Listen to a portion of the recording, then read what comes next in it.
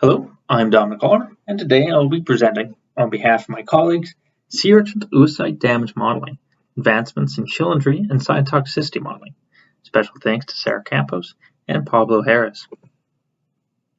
We worked with mature sea urchin oocytes collected from P. lividus, shown here. Thousands of oocytes can be collected from a single spawning individual. These oocytes are about 90 microns across. Our aim is to develop an improved damage model, which takes into account both osmotic damage, but also cytotoxic damage and chill injury. The main hypothesis is that these damage models may be combined linearly to predict survival. This model would then enable a rich tool to optimize cryopreservation protocols across time, concentration, and temperature. We have presented our work on osmotic damage before, but we remind the listener that this damage was found to be time-dependent. This model will be used to correct for volumetric change during CPA loading and unloading for fitting the cytotoxic damage model. Since we want to estimate cytotoxicity damage at differing temperatures, we must account for any damage due to low temperatures in the absence of ice, that is, chill injury. There are multiple hypotheses for the mechanism of chill injury, including ultrastructural changes to the membrane, depolarization of the cell, and lethal signal events. A phenomenological model may be derived which takes into account damage as a function of temperature and time. Using a first-order cell death model, we hypothesize cell death is proportional to the difference in temperature. With a rate constant of K-chill, this is shown here and is not time-dependent.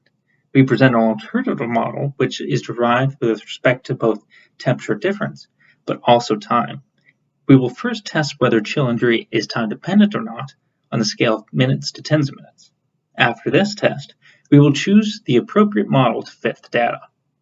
The experimental design includes collecting oocytes from 3 spawning females and designating 600 oocytes to each treatment. Each treatment has a designated exposure time of 2, 6, up to 90 minutes, and at one of 3 temperatures: room temperature, acting as a control, 10 Celsius, and 4 Celsius. Each treatment has 3 replicates. After exposure time, oocytes were returned to isotonic conditions at room temperature. They were then fertilized from spawning males and incubated for 48 hours. Survival ratio was determined by the number of individuals that developed to the 4-arm Plutia stage, out of the total number counted, which was 100 or more for each replicate. The 10 Celsius treatment was conducted in an air-conditioned room, while the 4 Celsius treatment was conducted in an ice bath. The temperature of the ice bath was measured throughout time. We normalized the data with respect to the mean survival ratio of oocytes at 20 Celsius throughout time. We found that there was no significant time dependence for chill injury on the order of minutes to tens of minutes. We therefore will use the time-independent chill injury model. Furthermore, note the actual temperature for the ice bath was lower than 4 Celsius and around 1 Celsius. The fitted chill injury model fits well to the data with an adjusted R-squared value of 0.98, despite the use of a single parameter. Due to the time constraints, more temperatures were not possible to test. We note an alternative model may include a physiological temperature zone instead of a single temperature. That is, a temperature zone that the cell can survive in without any damage. However, such a model would require determination of the zone by either experimentation or by adding another fitted parameter. Now we turn to the cytotoxicity model. During CPA loading and unloading, the cell is thought to be accumulating cytotoxic damage. This damage may be related to methylation, metabolic activity disruption, ROS, but also membrane disruption.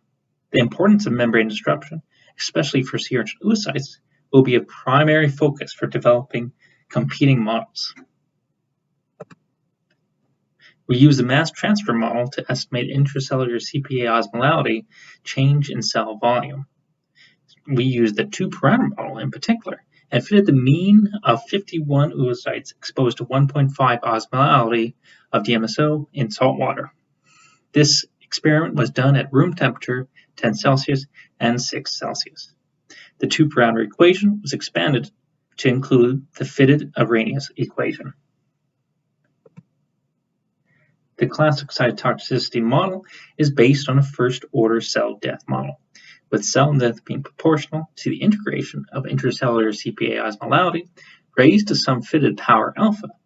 This model expanded to be temperature-dependent following the Arrhenius equation shown here. The experimental setup was similar to the chill injury experiment, as they were done concurrently. Oocytes were exposed to seawater with varying osmolalities of DMSO for periods of 2, 6, up to 90 minutes. This experiment was repeated at room temperature 10 Celsius and 4 Celsius. The 10 Celsius was conducted in an air conditioning room, while the 4 Celsius experiment was conducted in an ice bath. After exposure, oocytes were returned to seawater at room temperature and fertilized. After 48 hours, survival ratio was determined by counting the number of individuals that reached the 4-arm Pluto stage. Data were normalized to the control of oocytes exposed to seawater at room temperature. Along with the classical cytotoxicity model, we present two competing models. These models both assume cell death is primarily due to membrane damage. Only concerning the membrane means we can swap the intracellular CPA osmolality for the osmolality at the membrane. During CPA loading, this is typically equal to the solution of CPA osmolality. The equation takes the form shown here, but we allow for both the power alpha and a constant K-tox to be temperature dependent, as described by the Arrhenius equation. Finally, the two models differ in how survival is computed. The first-order cell death model uses calculated J-tox as a death accumulation, while the threshold distribution model assumes a maximum damage for each cell, which is then surpassed. The threshold distribution model requires at least a fitting for the variance of non-dimensional damage threshold. In total, these models fit for either 4 or 5 parameters, while the classical cytotoxicity model fits for 3 parameters. Here we have results of the experiment. These data take into account both osmotic damage and chill injury. The cytotoxicity models were then fitted to the correct data. We first noticed that the classical cytotoxicity model behaves relatively poorly. The membrane damage model appears to be a better predictive model when using first-order approximation of cell death. The threshold model appears to be more robust in approximating death at the expense of an extra parameter. This table shows the associated analysis with each model. Again, the first-order membrane damage model outperforms the classical toxicity model in terms of mean squared error, but also adjusted R squared with a value of 0.78 versus 0.92. Furthermore, the membrane damage model has a lower AIC and BIC, indicating that despite the extra fitted parameter, the model is better informed of the data. The threshold model has the best performance in terms of adjusted R squared, AIC, BIC, and mean square error. However, these improvements are not very large when compared to the first-order membrane damage model.